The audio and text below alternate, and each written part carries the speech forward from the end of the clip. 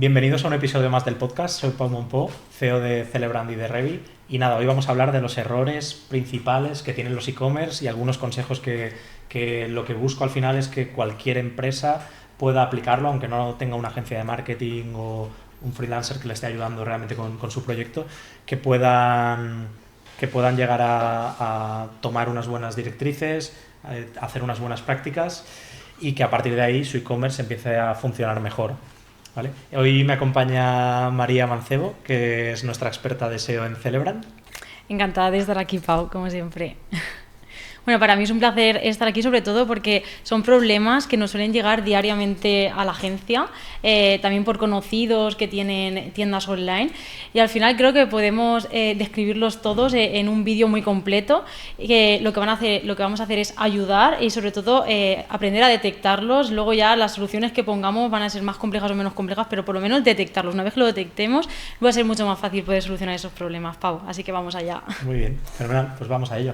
Pues vamos a empezar con los errores típicos que tienen los e-commerce. Al final el objetivo un poco de este podcast es que la gente pueda reconocerse si está teniendo algún tipo de fallo como estos y que sepa que puede corregirlos bastante fácilmente y en muchos casos sin necesidad necesariamente de contratar a una agencia de marketing o algo por el estilo, que muchas veces in-house y manejándose un poquito con tu CMS realmente puedes modificar y mejorar mucho tu SEO y intentar evitar caer en este tipo de errores.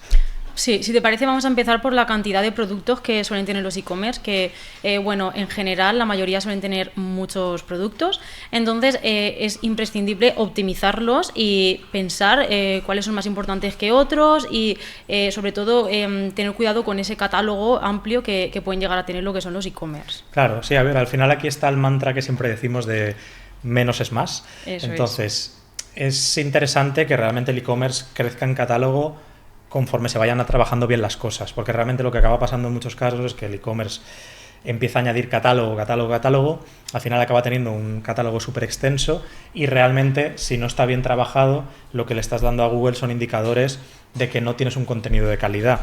Entonces realmente cuando haces esto, sobre todo si es un negocio nuevo que todavía no tiene autoridad, es un inicio mal empezado. Nosotros siempre recomendamos empezar poco a poco y que lo que añadas lo trabajes bien, le des un buen contenido y a partir de ahí ya vas ampliando el catálogo. Y mejor incluso si te puedes ir especializando por determinadas categorías y esas ir ampliándolas bien, con buen contenido, bien categorizadas y a partir de ahí ya ampliar. Esto sobre todo en los e-commerce que son de mucho catálogo. En los que son un catálogo más pequeñito, que a lo mejor hablamos de una decena de productos o no más de 20, en estos sí que puedes añadir todo el catálogo de golpe, pero volvemos a lo mismo, que creo que es bueno que se trabaje poquito a poco. Vamos, yo es como lo enfocaría. Sí, y esto nos deriva a otro problema súper importante que son las categorías, la categorización que podemos hacer en los e-commerce. Si estamos hablando de muchos productos, entiendo que también tendremos que hacer mayor categorización, sobre todo para poder acceder a esos productos de una manera más organizada y que la experiencia de usuario sea mejor.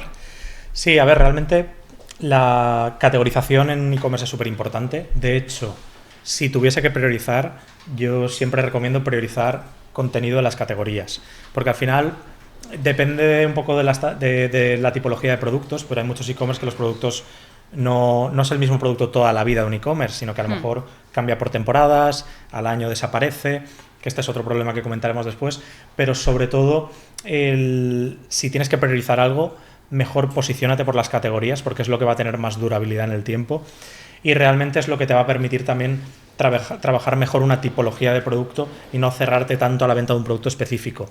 Quitando que sea un producto muy de moda o que sea un producto muy concreto que realmente la gente lo busque, normalmente tú vas a querer posicionar una categoría. Por ejemplo, en una tienda de mobiliario, pues normalmente te puede interesar posicionar mesas de centro, mesas de comedor, mesas elevables, mesas estilo nórdico. Entonces realmente es más recomendable trabajar la categorización y tener todo eso bien definido. Y aquí entramos también en una de las problemáticas o las cosas en las que la gente realmente no lo suele hacer bien, que es que crea categorías que se quedan vacías, que tienen uno o dos productos. Es decir, hay que categorizar porque te interesa ir con cada keyword a una categoría en concreto, pero esas categorías tienen que tener un contenido que aporte un valor. Es decir, no hay que olvidarse de la parte del usuario realmente a la hora de hacer este contenido.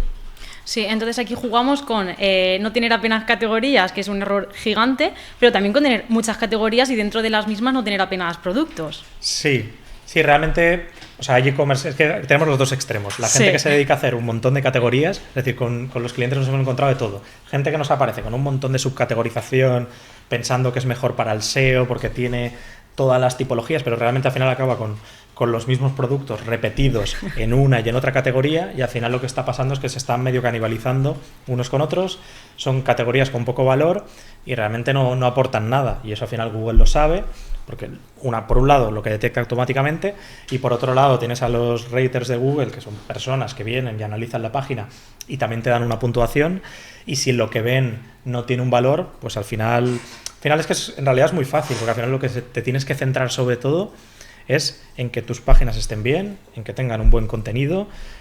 Si tú ponte en la piel de un comprador, si cuando entras ahí te está aportando una variedad, una cantidad de productos adecuada, una descripción buena, y tú estarías navegando por esa página, en principio estás en el buen camino. En cambio, si entras y eso está pobre, no tiene descripción, no tiene prácticamente productos, o empiezas a navegar por las categorías de la página y te encuentras prácticamente los mismos productos en todas las categorías, eso es un error. Mejor ten una categoría o ten dos categorías, pero tenlas con suficientes productos, y luego conforme tengas más catálogo, pues ya subcategorizas más, que es realmente el camino a seguir. Claro, porque todo esto nos lleva al problema de la canibalización que comentábamos, porque si estamos repitiendo los mismos productos en las diferentes categorías, luego además también trabajamos blog, al final siempre vamos a tener las mismas keywords e intentando posicionarlas en diferentes categorías. Sí, a ver, el tema de la canibalización al final es muy delicado, pero al final se basa en un principio muy simple, es decir, no repitas tu contenido en diferentes páginas o en diferentes sitios. Entonces, al final, lo que tienes que intentar en la medida de lo posible es, si tú quieres posicionar, siguiendo un poco el ejemplo de antes, pues las mesas de centro, pues ten únicamente una categoría de mesas de centro, y luego dentro de esa puedes subdividir si quieras, y podrías tener pues mesas de centro elevables, mesas de centro de cristal o de madera. Podrías llegar a dividir si tienes suficiente producto, pero tienes que también aportar un contenido suficiente a esa subcategoría para que realmente llegue a tener un sentido. El problema pasa en cuando te pasas subcategorizando o tienes muchísimas categorías que realmente están teniendo los mismos productos, o empiezas a crear un montón de contenido del blog que también está hablando de esto. Entonces aquí lo recomendable al final es estructurarse bien las páginas, intentar no repetirse en las categorías, salvo que estés haciendo una segmentación, pero porque de verdad tienes esos productos. O sea, ese sería un poco el resumen. Y luego, si creas contenido en el blog, está bien que crees contenido para mesas de centro, pero intenta hacerlo más específico, intenta hacerlo más resolviendo dudas, o busca otro tipo de intención. Es decir, si tu página de categoría es la que pretendes que vaya a la búsqueda, que tiene una intención de compra por mesas de centro, eso Google lo va a detectar. Luego, las que sean intención de búsqueda informativa son las que tienes que intentar que te vengan a través del blog. O complementar esa página también, si quieres, con a lo mejor preguntas y respuestas o algo por el estilo, que también ayude a captar esas intenciones de búsqueda. Pero cuanto más completa tengas esa página principal, o que sirva como de una especie de índice en la que te lleve a otras subpáginas, eso es realmente lo que va a hacer que lo tengas bien estructurado. Porque, Pau, esto ya son problemas más de futuro, por así decirlo, pero cuando empiezas a crear un e-commerce o tienes una idea de una tienda online, al final hay que ir muy poquito a poco, empezando por categorías principales, y vamos incluyendo productos nuevos, entonces de ahí nos salen otras subcategorías que creemos imprescindibles. Sí. También trabajando esos productos, pero como comentaba, siempre teniendo el ojo en lo que son las categorías, que es lo que al final se va a mantener en la web. Sí, a ver, hay que ir poco a poco, eso por supuesto. No hay que tener prisa a la hora de montar un e-commerce, salvo que de verdad tengas mucho tiempo y le puedas dedicar de verdad los recursos, pero más vale ir construyéndolo de poco a poco. Entonces, lo que solemos recomendar es, primero define tu proyecto, que esa va a ser la keyword principal sobre tu negocio, que es la que normalmente tienes en la portada, y a partir de ahí, según las tipologías de producto que tú vas a vender en tu e-commerce, empieza a segmentar poco a poco y empieza a nutrirlo de contenido. Y haz la segmentación dentro de esas categorías cuando de verdad tengas productos suficientes. Y ahí es cuando tienes que ir ampliando todo ese contenido. Pero lo que tienes que tener claro es que cada vez que crees una categoría, métele mucho contenido a esa categoría, contenido de valor que esté escrito. Puedes aprovechar la inteligencia artificial, pero no vayas a ChatGPT y le preguntes, oye, hazme una descripción para esta categoría y copies y pegues, porque realmente ese tipo de contenido es el que realmente va a tener todo el mundo y es el que va a ser más fácil de detectar. En cambio, si tú a ChatGPT ya le das una base de contenido que esté decente y lo vas, digamos, construyendo poco a poco con los prompts, es decir, le puedes dar un contenido que hayas preparado tú, o a partir de ahí hacer un índice de contenidos y luego le pides que te desglose o te desarrolle un poco más esos índices de contenido. Le puedes decir que te haga un texto que pueda, para que lo interprete una persona de 10 años. O sea, dale matices para que no te dé el mismo tipo de contenido que le daría cualquiera sin especificar. Al final, ChatGPT realmente lo más importante es, cuanto más largo sea tu prompt y más lo intentes acotar, mejor contenido te va a dar. Entonces, ahí entramos y enlazamos también sobre todo con el tema de contenido duplicado y este tipo de cosas, ¿no? Luego otro error que, bueno, al final si nosotros podemos tener nuestra página de producto o en concreto nuestra categoría, pero si no le decimos a Google en qué consiste esta categoría, nunca va a poder saber en qué consiste si no se lo damos primeramente. Entonces es imprescindible también tener el título, el metatítulo, que sí que vemos, a veces nos encontramos con e-commerce que directamente en la home no tienen puesto ni el nombre de la tienda, no sabemos ni qué tipo de productos venden. Entonces eso ya es como un error hiper mega grande que al final deben de tener solucionado todos los e-commerce y que empezamos por ahí, es como la base de cualquier proyecto. Sí, a ver, hay un montón de cosas que se tienen que hacer realmente los e-commerce, pero sí que es verdad que de las primeras es trabaja al menos los metatítulos que tienes, no dejes por defecto el nombre que se te ocurra, es decir, porque al final tú te creas una categoría que pone mesas, pues ok, vas a poner mesas, o hay veces que incluso la gente, lo que decías, que se deja ahí el Buy PrestaShop o algo así en el título, o el nombre de la SL de la empresa en la portada, o cosas por el estilo. Es decir, al final el título es muy importante porque aparte de ayudarle a Google a interpretar mejor cuál es tu keyword, hacia dónde tú quieres ir, también va a hacer que cuando aparezcan los resultados de búsqueda la gente clique más si ese título le llama más la atención. Entonces tienes que buscar ahí un poco ese equilibrio entre lo que tú quieres posicionar y que sea un título que realmente esté describiendo lo mejor posible dentro del espacio que tienes realmente en ese tamaño de caracteres, que al final son, pues, como no sé, eran 70 caracteres o algo así lo recomendado. Intentar ahí dejarlo definido. Entonces, uno de los trabajos principales en los que la gente suele fallar es dejar los títulos tal cual caen, crear las categorías con lo que les parece, no modificar los metatítulos y se quedan tal cual. Entonces, intenta, que ese es el trabajo un poco de palabras clave que realmente tienes que hacer en el proyecto. O sea, defínete muy bien cada categoría, a qué palabra clave quieres ir, luego déjala escrita en los metatítulos, adáptalos dentro de una variante esas palabras clave y luego realmente en la descripción del producto con todos los encabezados, pues aquí ya un poco lo obvio de que se dice siempre, ten un único H1, intenta que sea una estructura tipo índice, un H1, como una pirámide, luego 2 o 3 H2, luego cada uno de esos H2 que se desglose si es necesario en varios H3 y ve creando ahí una especie de índice dentro del contenido de cada página de categoría. Eso es lo que te va a ayudar a que se te posicione mejor el contenido. Porque volviendo a los títulos, al final muchos clientes o dueños de empresas no saben que ese es el escaparate que tienen en Google. Al final es lo que Google va a ver primero y también los clientes cuando quieran acceder a esas categorías o a esas páginas en concreto, eso es escaparate. Entonces, si no trabajan esa parte, al final no van a llegar a nada. Sí, a ver, ahí entramos un poco en la propia usabilidad de la página. Es decir, una cosa es lo que quieres posicionar y otro también el sentido común del orden el que le das a tu página. Es decir, al final la arquitectura y estructura con la que definas tus categorías es súper importante, porque si no lo tienes bien definido, el usuario también se va a perder. Es decir, al final no es tan diferente lo que quiere Google de lo que quiere el usuario en muchos casos.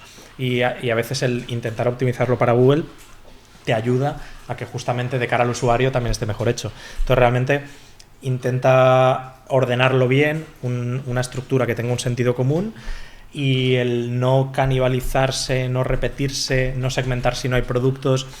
Es también lo que te pasaría en una tienda física. Tú al final vas a un negocio Tú dirías, pues mira, las mesas las tengo en esta sección y a lo mejor puedo tener una subsección con las mesas que son elevables. Pero tú no crearías una zona de mesas elevables si solo tuvieses una, por ejemplo. Vaya. No le harías algo diferenciado realmente para eso. Lo haces cuando ya tienes suficiente producto para diferenciarlo. Entonces con la página web al final es más o menos lo mismo.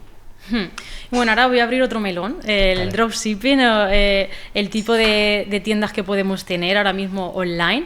Entonces, nada, vamos a hablar de los problemas que a veces suelen tener este tipo de negocios, sobre todo los que nos llegan a nosotros y que al final son con los que estamos trabajando diariamente. Sí. A ver, realmente la gente que hace dropshipping suele tener un montón de errores y el principal, que bueno, también le pasa a la gente que no hace dropshipping, pero es el duplicar contenido y repetirse con contenido que tienen otros. ¿Qué pasa cuando haces dropshipping? Que normalmente el proveedor te da un CSV o te da un catálogo de productos, te da una descripción que ya está hecha, unas referencias que ya están hechas, un título de producto que ya está hecho. Entonces, si tú lo importas tal cual o los creas tal cual, vas a tener exactamente los mismos productos y el mismo contenido que tienen otras 30 o 40 empresas, porque realmente raro es que seas el único cliente de esta persona, de esta empresa que hace dropshipping, que es el proveedor. Lo normal es que hayan otras 20 o 30 empresas haciendo exactamente lo mismo, que tengan el mismo catálogo. Entonces, de cara a Google, todas tenéis un contenido duplicado, de baja calidad, que está repetido, y eso no solo es que no se te posicione, sino que te va a penalizar, porque va a entender que estás copiándote de otros. Entonces, este es un error súper grave que cometen muchísima gente. Entonces, yo no estoy en contra de hacer dropshipping, pero sí que lo que añadas mediante el dropshipping es mejor que lo hagas poco a poco, en lugar de con importaciones masivas. Importa realmente los productos que luego puedas o tengas capacidad de modificar, cambiarle la descripción, adaptar los títulos, para que realmente no parezca que sea el mismo producto, al menos a ojos de Google. Porque si no, haz la prueba, copia tu título de producto, pégalo en Google y mira a ver si aparecen un montón de veces. O un trozo de la descripción, mira a ver si aparece en otros sitios. Normalmente te vas a encontrar otras webs que están vendiendo lo mismo, sobre todo en los casos de dropshipping. Y realmente esto se aplica un poco también para otros negocios que no son dropshipping necesariamente, pero que venden productos de alguna marca, que la marca te da el catálogo, te da las descripciones y acaba pasando lo mismo. Es decir, la gente copia tal cual por pereza o por no saber qué escribir, copia lo mismo y ya está. Y ahora en realidad con ChatGPT es que lo tienes muy fácil, porque puedes coger la descripción, llevársela a ChatGPT, de hecho incluso hacer una tuya con tu estilo y decir, yo qué sé, quieres tener un estilo más rockero, pues oye, redactas una descripción tipo con tu rollo y luego le dices, oye, ChatGPT, toma esta tipología de descripción como ejemplo, porque ese es el estilo comunicativo que tiene mi proyecto, y ahora todas las que te vaya a ir dando, me las modificas y me las adaptas para que tengan este estilo, y me cambias el texto, y me lo haces de tanta longitud, y ya te va a dar unos textos diferentes a los que tienes ahí. Y entonces es una manera fácil, sin necesidad de tener tantos recursos, que antes todo esto era un trabajo increíble, porque tenías que dedicarle un montón de tiempo. Pero realmente ahora, no, con ChatGPT es que es muy fácil, realmente te acelera un montón el trabajo, y de esta manera puedes saltarte el tener el contenido duplicado, y aunque estés haciendo ahí un poquito de trampa, realmente yo creo que la inteligencia artificial ha venido para que la utilicemos. Lo que hay que hacer es aprender a usarla bien y no caer en errores que puede tener otra gente. Pero bueno, al final, de esta forma puedes llegar, que el objetivo al final es que no tengas el mismo contenido que tiene todo el mundo, ten algo propio, único, y que no... Y bueno, pues en muchísimos otros casos de e-commerce pues probablemente ocurra lo mismo. Entonces intenta que sea contenido propio, a poder ser. Sí, ese es el resumen general en realidad de todo, porque lo que queremos es gustarle a Google, y para gustarle necesitamos algo diferencial, como ocurre en la vida real, en realidad. Sí, en realidad al final hay muchos símiles que puedes aplicar a la vida real que es lo mismo. Es decir, la gente, quién te cae mejor o quién se diferencia, de quién te acuerdas, pues de la gente que hace las cosas diferentes. O quién es natural y único por sí mismo, por su personalidad, por su estilo, por lo que te dice. Y esas, porque la gente que cae en un patrón y es lo mismo, pues al final no se diferencian, porque con quien te quedas es con los dos primeros que tienen ese estilo, no con el resto. Pues con esto acaba ocurriendo un poco lo mismo. Google al final utiliza muchos patrones de la vida real para identificar cuál es el contenido que tiene que posicionar. Porque te va a posicionar si tu contenido es bueno, si los usuarios encuentran lo que buscan, si interactúan en tu página, si eres un e-commerce y compran. Todo eso Google lo sabe, lo detecta. Para eso tienes todo el tema de las cookies, el seguimiento que hacen en tu proyecto, los eventos que se lanzan a Google Analytics. Con todo eso, Google interpreta la interacción que se tiene en tu página web y en base a eso también detecta si los usuarios están consiguiendo lo que buscan. Vaya. Y si lo consiguen, entiende que es un buen contenido y te va a ir dando más puntos. Al final todo es una carrera de fondo. Sí, porque también las últimas noticias que tenemos de novedades de SEO es que Google está dando mucha más importancia a lo que es la autoridad, más que al contenido, que como comentabas ahora mismo es mucho más fácil de crear, con inteligencias artificiales, etcétera. Sí. Esto todavía es un poco una teoría. Yo por lo que escucho un poco de mis compañeros del sector y demás, lo que se está diciendo es que ahora la autoridad tiene más importancia y que el contenido está cayendo. Y aquí es un poco mi suposición, pero yo creo que esto viene porque como cada vez más gente está utilizando la inteligencia artificial para crear contenido, creo que hay muchos proyectos que están creando contenido bueno y gran cantidades de contenido, saltándose que Google se lo detecte o que se lo llegue a penalizar. Entonces estaba viendo el punto en el que Google no diferencia realmente quién realmente tiene ese contenido de forma genuina y quién lo tiene porque se está aprovechando de la inteligencia artificial. Entonces creo que está cambiando un poco su estrategia y dejando de darle tanta importancia al contenido y priorizando más la autoridad, porque realmente es una buena forma para saber, es decir, si no sé quién me está copiando, Vaya. ¿cómo sé quién es bueno? Pues le está cambiando las ponderaciones de peso que tienen a la hora de la puntuación y dándole más valor a la autoridad. ¿Qué es esto? Realmente es pues, que se hable de ti. Esto es un poco, a mí me gusta siempre compararlo con los famosos. ¿Por qué alguien es famoso? Porque hablan de él, porque sale en la tele, porque lo ves todos los días en las noticias, porque lo ves en los medios de comunicación.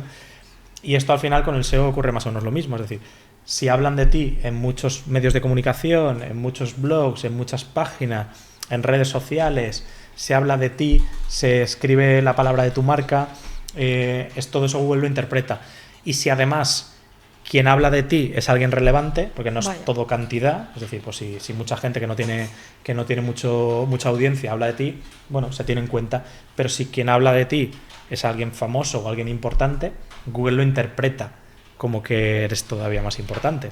Ahí entramos un poco con el Domain Authority y todo esto. Entonces, si tú consigues que te enlacen y te pongan un link desde un dominio muy relevante, Google te va a interpretar como que tienes más autoridad. Entonces, bueno, ese es todo el trabajo un poco de link building y demás, pero es verdad que está volviendo a cobrar más importancia y es un poco el cambio de guión que estamos haciendo también con algunos de los clientes de la agencia, el trabajar más la parte del link building. Por supuesto, no hay que olvidarse de tener bien estructurada la página y evitar todos los errores que hemos dicho, porque si no, te van a penalizar. Eso es. Pero empieza a trabajar también un poquito más la parte de conseguir enlaces, porque es importante que tengas autoridad. Y si puedes, esto ya depende un poco del proyecto, pues trabaja también la parte de comunicación en redes, porque es lo que también te va a ayudar a conseguir más autoridad.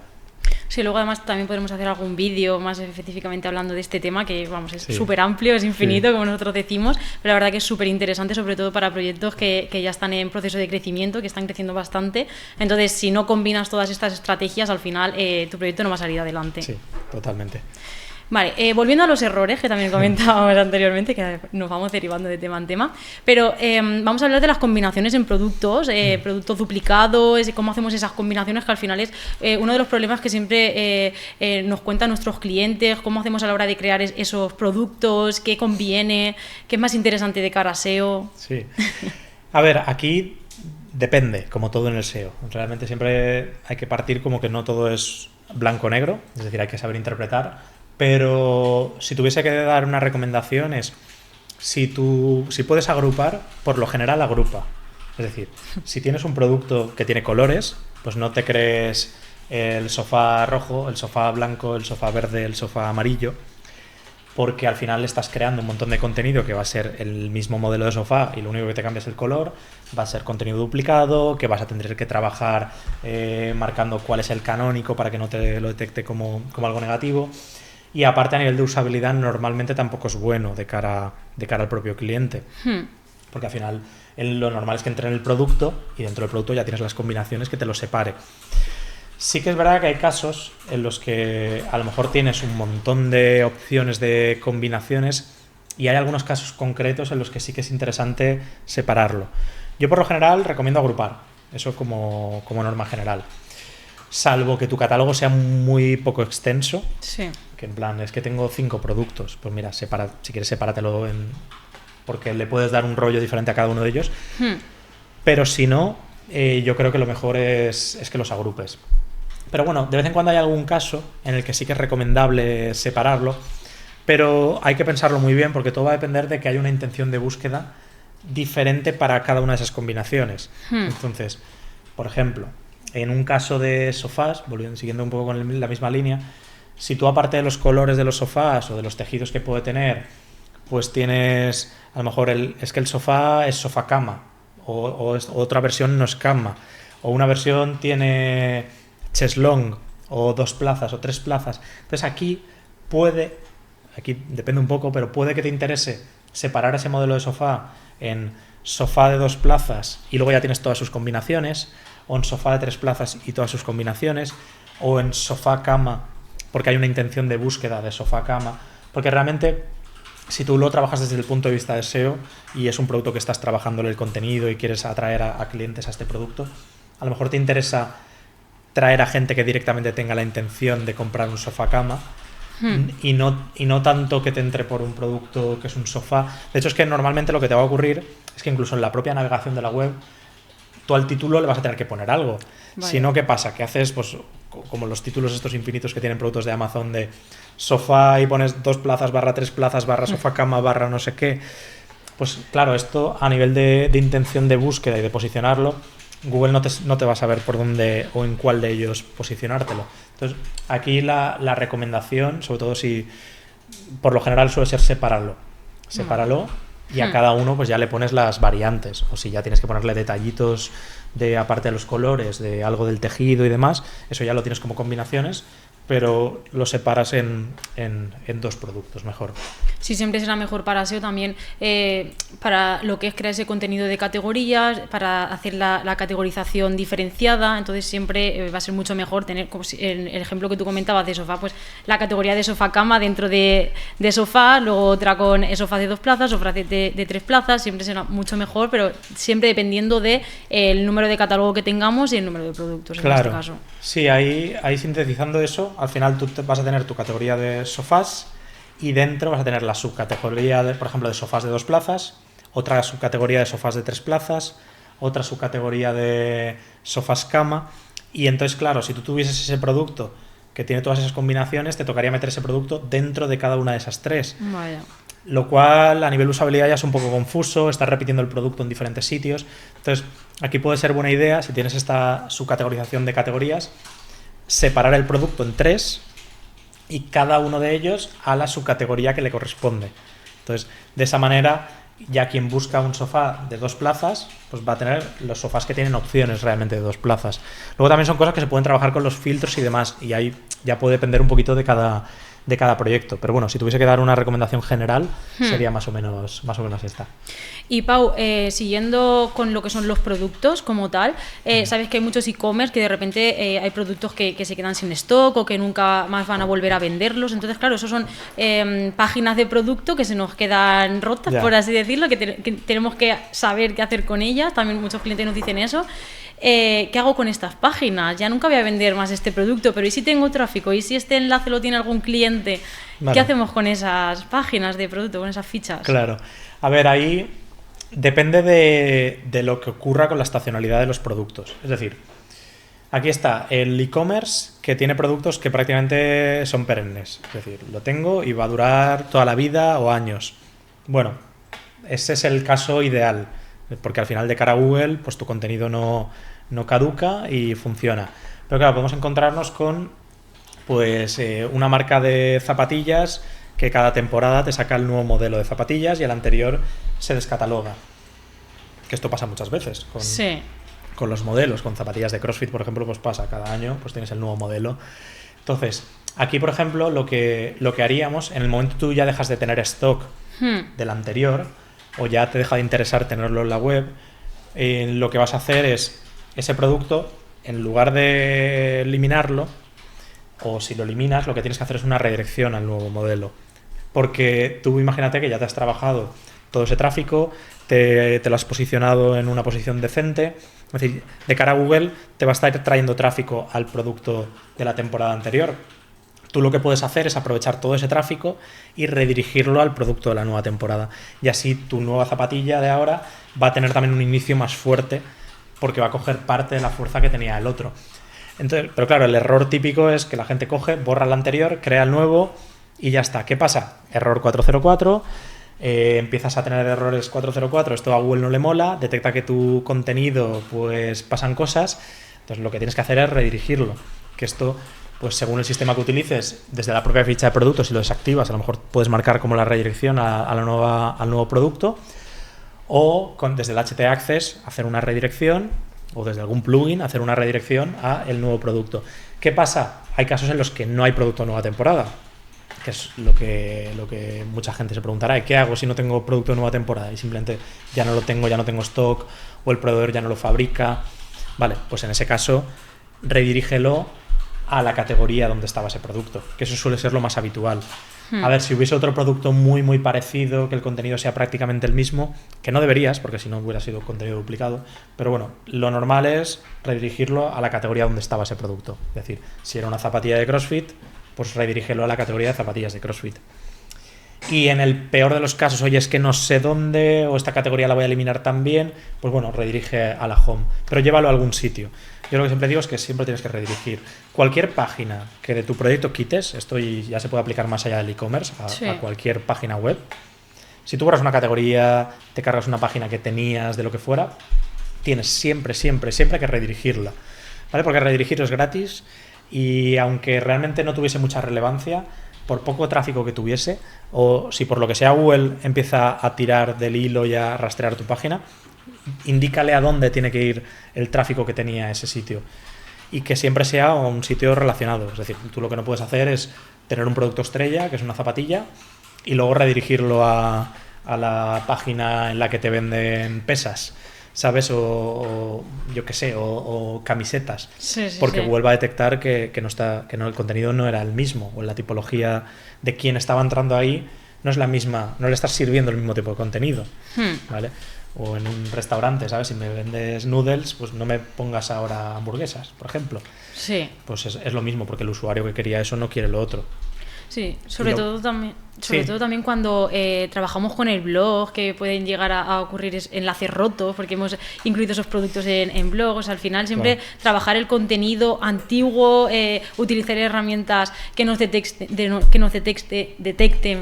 estos errores y estar siempre atentos a este tipo de problema. Claro, a ver, aquí está por un lado el ser proactivo, es decir, coger buenas prácticas. Yo como gerente de un e-commerce pues tengo que acostumbrarme, o la persona que esté responsable del catálogo de ese e-commerce, que sepa que borro o desactivo un producto, hago una redirección, ¿vale? Eso lo tengo que hacer siempre, sí o sí. Entonces, una cosa es las buenas prácticas, pero sí que es verdad que hay veces que por lo que sea pues se cambia una URL, hay cambios que se me ha olvidado, no lo he hecho. Entonces, claro, para eso normalmente están los equipos o las agencias de marketing que te detectan estas cosas van haciendo un análisis para que cada vez cuando ocurra, corregirlo lo más rápido posible, que ahí puedes usar herramientas como Screaming Frog, que te detecten esos enlaces rotos que puedas tener en el proyecto. También a través de Google Search Console también lo puedes encontrar, o herramientas como SEMrush también te detectan. Entonces, al final, cada vez que detectes enlaces rotos, redirígelos, porque esto también de manera proactiva lo tienes que estar haciendo. Una cosa es lo que puedes hacer de manera preventiva y otra cuando lo detectes, ¿vale? Pero principalmente tienes que estar muy atento con estas cosas y siempre que puedas redirigir. Y es verdad que en muchos casos te vas a encontrar, porque claro, una de las estrategias de contenido que se hacen es: voy a crear contenido en el blog, desde el blog enlazo a mis páginas de producto, a lo mejor enlazo a productos o hablo de productos que luego ya no están. Claro, ahí lo conveniente pues sería irse al propio artículo del blog donde se hablaba sobre este producto y a lo mejor empezar a hablar de otro y cambiarlo. Sí. Porque no es solo una redirección, que la puedes hacer, pero claro, si no se te va a quedar también un contenido desfasado. Claro, si hablas de un producto y pones el enlace al final. Claro, como mínimo redirígelo, pero lo conveniente sería detectar dónde tenías ese contenido, dónde estabas hablando de estas URLs, que esto con Screaming Frog también lo puedes detectar muy bien, y ese contenido pues adáptalo para que te enlace a donde toca. Vamos. Vaya. Y bueno, así el último error que solemos tener, que nos suelen llegar de parte de clientes, Hablamos de la internalización, que al final pues hay proyectos que crecen, empiezan a tomar mayor importancia, deciden internacionalizarlo, entonces a la hora de hacer las traducciones en descripciones, siempre hay errores que podemos evitar, entonces pues bueno, hoy los vamos a comentar aquí también para tenerlos en cuenta, sobre todo. Sí, a ver, realmente a la hora de internacionalización la gente la suele liar muchísimo, es decir, raro es el proyecto que hace ese trabajo bien hecho. Porque al final la mayoría de empresas lo que quieren es, no, pues yo quiero vender a todo el mundo, ¿sabes? Porque tengo envíos y me he encontrado un transportista que me envía en toda Europa. Entonces pues voy a poner mi página en inglés, en italiano, en alemán, en portugués, a lo loco. Entonces coge, activa los idiomas, se quintuplica las URLs y ya está, y lo deja así. ¿Qué pasa? Que realmente esto para Google es terrible. Es decir, porque al final le estás creando un montón de contenido basura que es duplicado del resto, ni siquiera está traducido en el idioma que toca y lo que te va a pasar es que te penalicen. De hecho, hace años lo vimos en el caso de un antiguo cliente que le funcionaba como un tiro el posicionamiento en España, todo súper bien. De repente le metió el portugués, le metió el inglés, le metió el italiano y de repente, con el tiempo, el SEO del proyecto empezó a caer. No es que no te aumentó en los otros países, sino es que el del de España empezó a caer y era porque no se trabajaba ese contenido. Y claro, ¿qué intento hacer? Que también pues he hecho regular. Pues voy a autotraducir todo el contenido con un plugin que me lo autotraduce preguntándole a Google Translator, a la API y tal, y lo voy a autotraducir a los otros idiomas. Pues ¿qué pasa? Que también es contenido que no es de buena calidad, porque además también antes las traducciones que habían eran terribles. Ahora es cierto que ChatGPT te hace traducciones muy buenas, entonces realmente no... O sea, se podrían llegar a hacer traducciones bastante decentes y podría llegar a funcionar. Pero lo que sí que tienes que tener claro es que a la hora de hacer si internacionalizas, que el contenido esté bien trabajado y esté bien hecho. Y además se ve la diferencia, lo hemos visto con algunos de los clientes que tenemos. Hay un cliente que tenemos que vende tejidos, que conforme crea su página en ese idioma, trabaja y redacta cada una de las fichas de producto, cada una de las categorías, lo tiene todo súper ampliado y se nota, porque al final, y normalmente también mejor cuando lo hace un nativo, porque al final la forma de hablar, todo eso también Google interpreta y detecta cosas cuando están autotraducidas. Ahora con ChatGPT, insisto en que cada vez menos y se le puede trampear un poquito más, pero bueno, lo importante sobre todo es contenido, que es un poco a lo que llevamos diciendo desde el principio. Contenido propio, contenido único, no te repitas y que tenga calidad. Entonces, si pasas a trabajar más idiomas, añádele y redacta ese contenido y hazlo bien.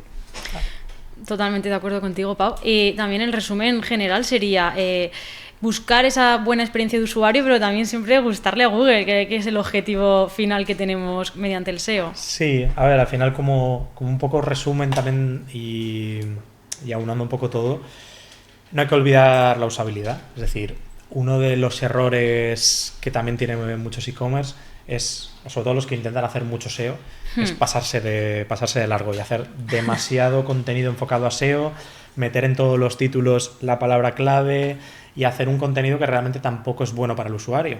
Porque si el usuario se da cuenta de eso, tampoco le transmite un contenido como de calidad. Sí. Entonces, realmente hay que intentar que el contenido sea bueno, intentar buscar ese equilibrio entre lo que quiere el usuario y lo que quiere Google, porque realmente eso es lo que va a hacer que al final se te posicione mejor. Es decir, intenta ir hacia lo que quiere Google, pero no te olvides de que el usuario sea capaz de entender, interpretar, encontrar las cosas que busca, porque si Google detecta que el usuario interactúa en la página, quien accede, pues tienes poco rebote, que el rebote es cuando alguien entra y enseguida se va, sin interactuar.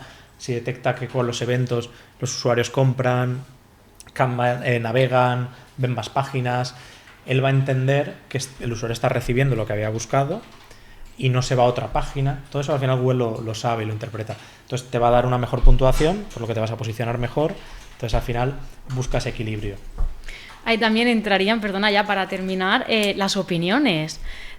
Sobre todo en los e-commerce, al final, siempre que buscamos un producto, ¿quién no se va a ver las opiniones de ese producto, incluso de la tienda en general? Sí, a ver, realmente las opiniones lo que pueden ayudar mucho es, o sea, aparte de a la compra, por supuesto, pueden ayudar mucho a tener un contenido dinámico. Vaya. Es decir, al final lo que pasa muchas veces con los e-commerce es que una vez ya te has redactado el contenido, ya me he creado todo lo que tenía que hacer en cada producto, a Google lo que también le gusta es que el contenido crezca y que vaya mejorando con el tiempo. Entonces, una de las formas que nosotros utilizamos con los clientes que funciona muy bien es ponerles un sistema de opiniones. En nuestro caso utilizamos Revy en la mayoría. A partir de ahí, cada vez que los usuarios dejan una valoración, esa valoración en las propias fichas de producto aparece automáticamente. Y también ponerle un sistema de preguntas y respuestas, porque también es algo que ayuda muchísimo al contenido. Entonces, entre las opiniones, preguntas de los usuarios, todo eso está en cada ficha de producto y es un contenido específico de ese producto que le está aportando realmente un valor, que los usuarios van a esa zona, lo leen, porque ya la mayoría de los usuarios buscan opiniones antes de comprar. Entonces, si lo tienes integrado, pues todavía mejor, porque evitas que el usuario se pueda ir a Google y lo puedas acabar perdiendo. Entonces, digamos que vas a tener ese punto extra. Pues genial, Pau. Al final yo creo que sí que hemos detectado los errores que suelen surgir en tiendas online, en e-commerce, y al final detectándolos, luego ya las soluciones a veces son complejas, son complicadas, es un trabajo muy de fondo, pero bueno, lo importante es detectarlos y poco a poco ir tomando medidas para solucionarlos. Sí, al final hemos hecho un resumen un poco de los errores principales, pero si te centras en menos es más y lo tengo bien hecho y que puedas estar orgulloso de lo que ves, de vez en cuando enseñárselo a alguno de los clientes y escuchas su feedback y poco a poco construye, pero que lo que construyas lo tengas bien hecho. Ese sería un poco el resumen general que recomendaría. No, a partir de ahí es un mundo, pero bueno, yo creo que con estos consejos al final cualquier empresa va a poder ir tomando al menos unas buenas prácticas o ir trabajando en la dirección adecuada, y con esto ya tienes la mitad del trabajo hecho para que Google te interprete mejor. O sea que bueno, espero que sirva. Si os ha gustado el contenido, podéis suscribiros a mi newsletter, donde todas las semanas envío información para cómo posicionar tu proyecto, para empresas, para e-commerce, cosas que realmente puedas aplicar y consejos prácticos. O sea que sígueme también en mis redes sociales y nos vemos la próxima semana.